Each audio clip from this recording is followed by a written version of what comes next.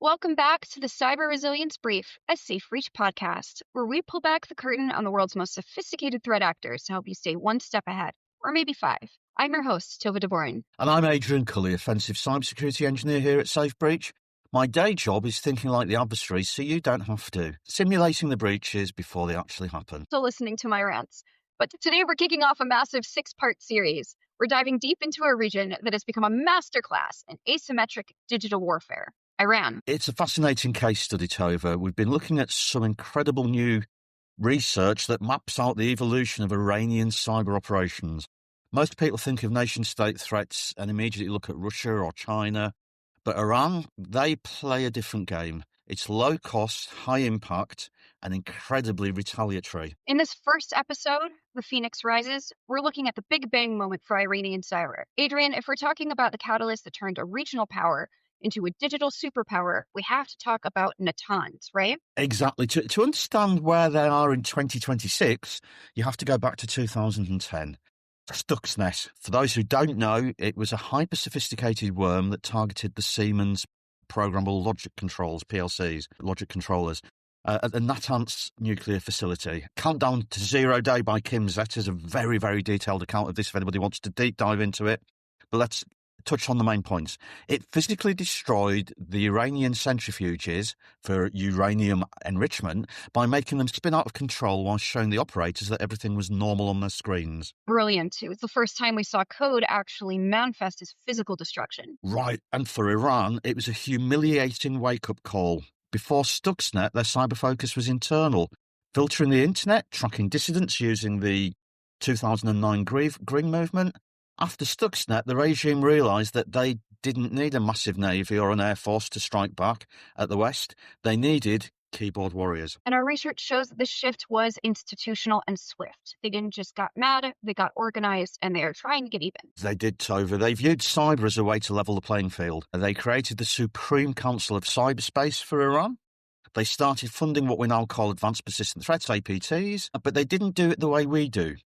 As we've discussed in our previous Emanet Pashar Guard episode, they utilised the contractor model, private tech firms that are legitimate by day, but state-sponsored offensive cybersecurity cells by night.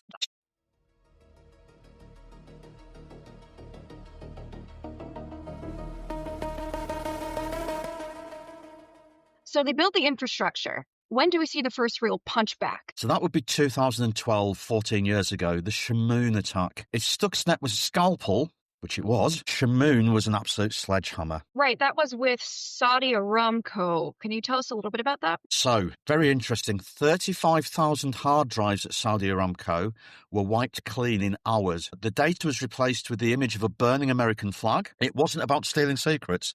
It was about disruption as a message. This was widely acknowledged as being the birth of the wiper era. And it seems like their early doctrine was very noisy. If we're talking about DDoS attacks on U.S. banks and then wiping data, it's very bold. Subtlety doesn't seem to be their strong point. Absolutely, Tova. Not subtle at all. Between 2012 and 2016, they were just trying to prove that they could draw blood. They hit the financial sector with Operation Bibil, massive DDoS attacks that sidelined JP Morgan and Wells Fargo. But as we move into the current era, it's clear they've matured. They've moved from wipers to persistence, something that we see with other threat actor groups. They're not just trying to kick the door down anymore. They're trying to pick the lock and live in your basement for 3 years without you knowing they're there. Yikes. And this is where it gets real for our listeners. If Iran has moved from noisy attacks to this stealthy persistence, how does a modern enterprise defend against that? Especially when they use these hybrid contractor groups that don't always follow a predictable playbook and don't always reveal who they are. This is exactly what we talk about when we're discussing continuous threat exposure management, or CTEM. You can't just do a penetration test once a year and call it a day. Iranian actors exploit the gaps between those tests. So just like the cracks in the walls that the cockroaches who live in your basement end up crawling between in order to continue moving in your environment, that's what Iran is doing essentially in your cyber environment.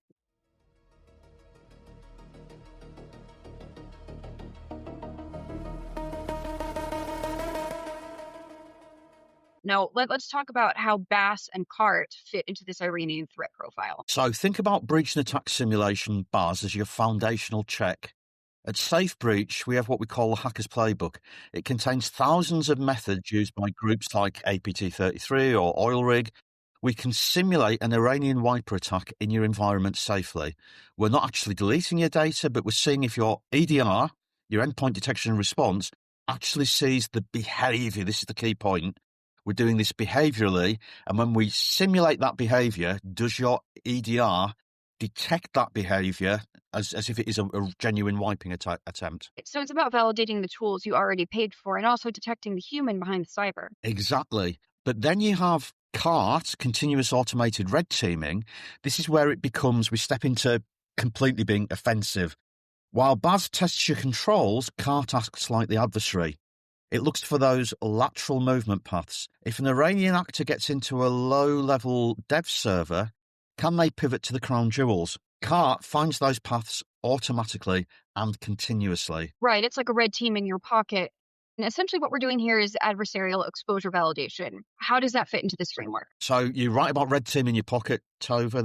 The adversary never sleeps. The adversary is harnessing artificial intelligence. They're harnessing automation for augmentation of their hacking and spying. You have the ability now between C10, BAS and CART to take the same approach so that your validation of your security controls never sleeps. So AEV provides the so what factor. It's taking the data from the BAS and CART and saying, okay, we've found 1,000 vulnerabilities, but only 3 of them can actually be exploited by an Iranian APT to reach your customer database. It's about prioritizing what matters so your team doesn't burn out.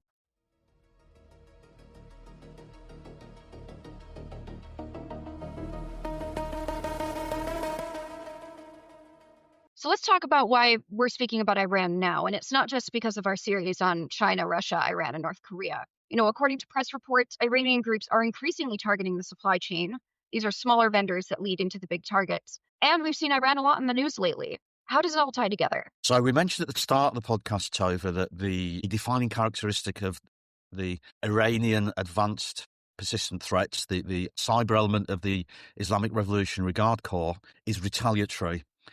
Iran at the moment is in significant civil unrest. There's very strong indications that the regime of the mullahs may be falling. And whilst that may be true politically and physically and practically, the hacking groups remain under control of the IRGC and the mullahs. And it's likely that we will see retaliatory lashing out activity. And although they've become more sophisticated, as they become more desperate, we may see a reversion to blunt attacks such as the Shamoon attack on Saudi Aramco, but we may also see something that we've seen to a degree with the Russian threat groups and those useful fools affiliated to them. So whether it's Sandworm Direct or the affiliated groups like Scattered Spider, Scattered Shiny Lapsus, Shiny Hunters, what we may see is Iranian groups that have managed to be persistent, that have managed to get into organisations in the West and have been dwelling. What we may well see in the very near future, particularly if the world becomes more unstable in the coming weeks and months, sadly, what we may see is them taking the covers off of that persistence and actually subverting and attacking.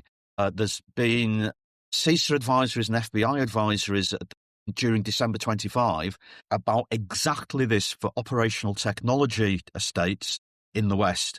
There is a strong indication from Western intelligence that Iranian groups are sat inside Western operational technology, particularly in critical national infrastructure, and they're waiting to, for want of a better phrase, to pull the plug or push the button. Right. So in other words, if you're a CISO listening to this and you're worried about the Phoenix Rising in your network, it's more just about security validation. It's about paying attention to current events. But what other advice do we have to offer them as well? So, great question, Tova. As a CISO, the first thing you have to do fundamentally, philosophically and practically is stop guessing. Security drift is real. Your configuration today isn't what it was yesterday. It's dynamic.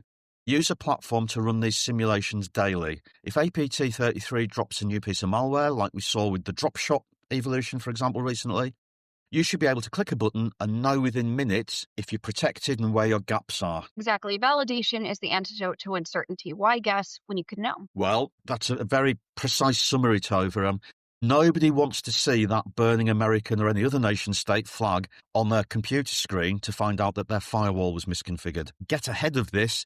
This is the whole point of CTEM, CART, BAS. Embrace offensive cybersecurity, hack yourself, and close the gaps. Absolutely, Adrian. That's a wrap for our first episode on Iran. We've covered the history, the shift from Stuxnet to Shamoon, and why continuous validation is the only way you'll get to sleep at night. Stick around for episode 2, our faithful listeners. We're going to go inside the command centres of the IRGC in Iran. We're going to talk about the internal rivalry between the IRGC and the MOIS and how that competition actually makes them more dangerous for you. Absolutely. You won't want to miss it. Thanks to Adrian and the whole SafeBreach team. I'm Tova Dvorin. See you next time. Stay safe with SafeBreach. The Cyber Resilience Brief is a SafeBreach podcast. Executive produced by Adrian Culley and Tova Dvorin. Music produced by Sar Dressner. Hosted, edited, and compiled on Riverside. For more about SafeBreach and how you can validate your security controls across your entire IT infrastructure, visit us at www.safebreach.com. That's www.safebeach.com.